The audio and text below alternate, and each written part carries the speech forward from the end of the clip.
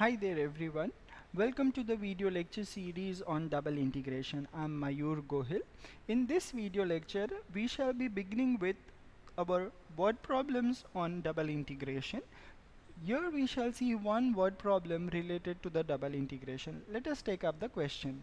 The question says that we have to sketch the region of the integration, evaluate the double integral over the region S. The function is x cosine of x plus y dx dy, where S is the triangular region with the vertices origin pi comma 0 and pi comma pi. Okay.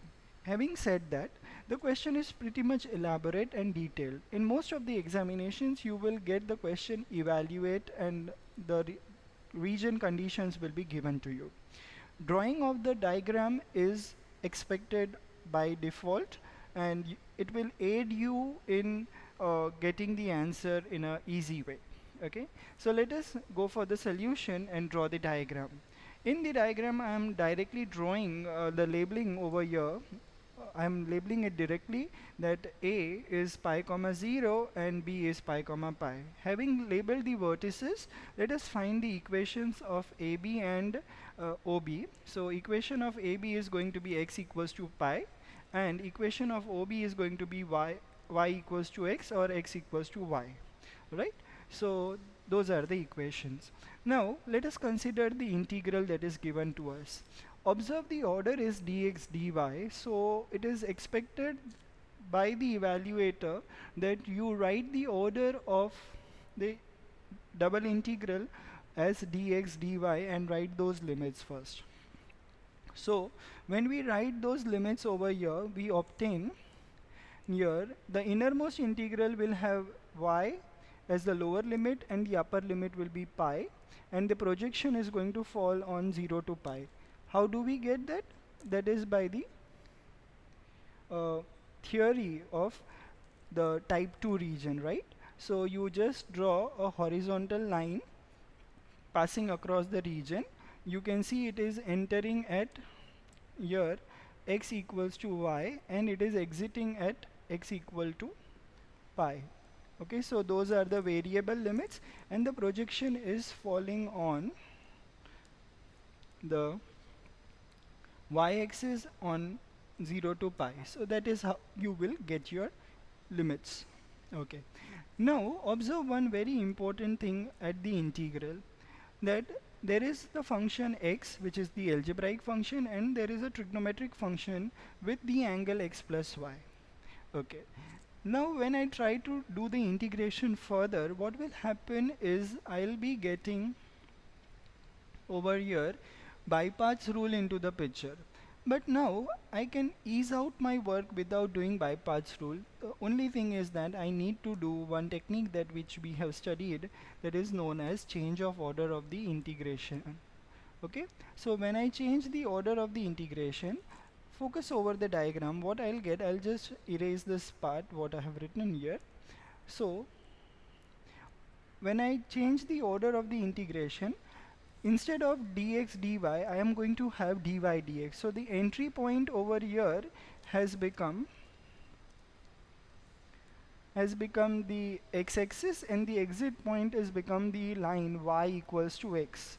Okay, and the projection is from 0 to pi. Okay, on the x-axis again.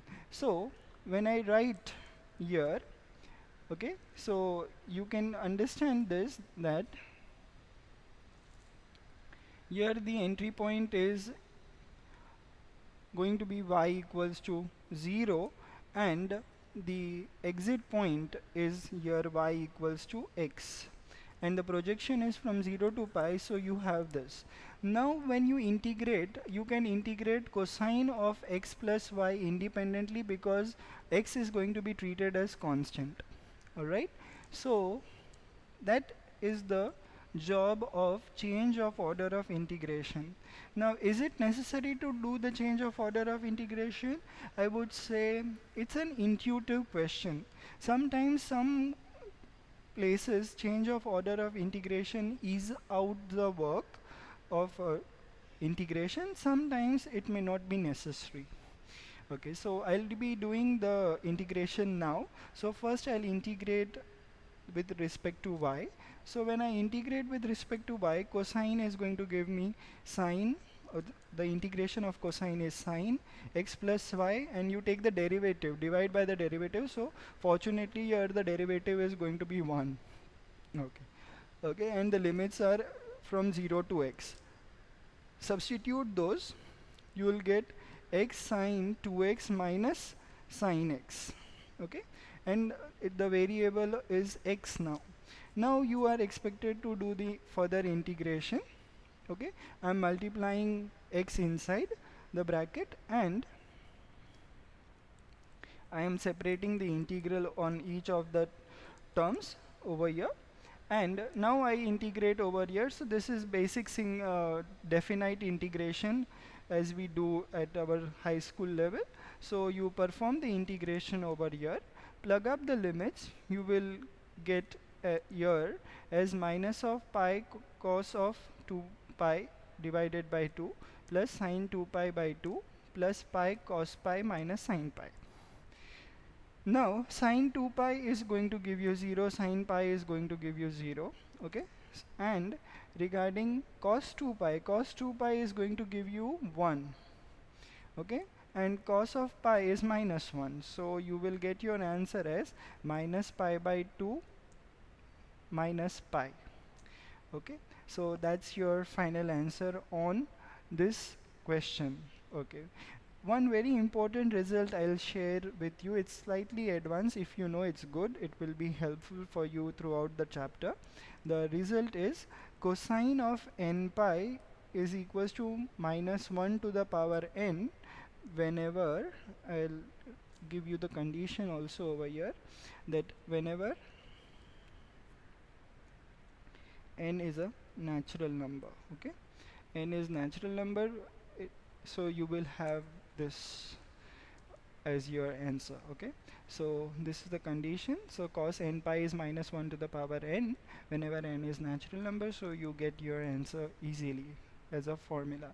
So this is our final answer, that I is equals to minus pi by 2 minus pi. Okay, so I hope you understood this concept of change of order over here. That was the crucial thing, that's why I have put a red star. Okay, rest the geometrical conditions and formulation of integration is the same story continues in this also, but you have to be slightly alert because it's a word problem. Like sometimes certain twists are given into that. We will see those difficult examples in our further video lectures. If you like the content, please hit like button, share it with your friends, and subscribe to my channel. Thank you. Okay, till then, keep solving good amount of mathematics.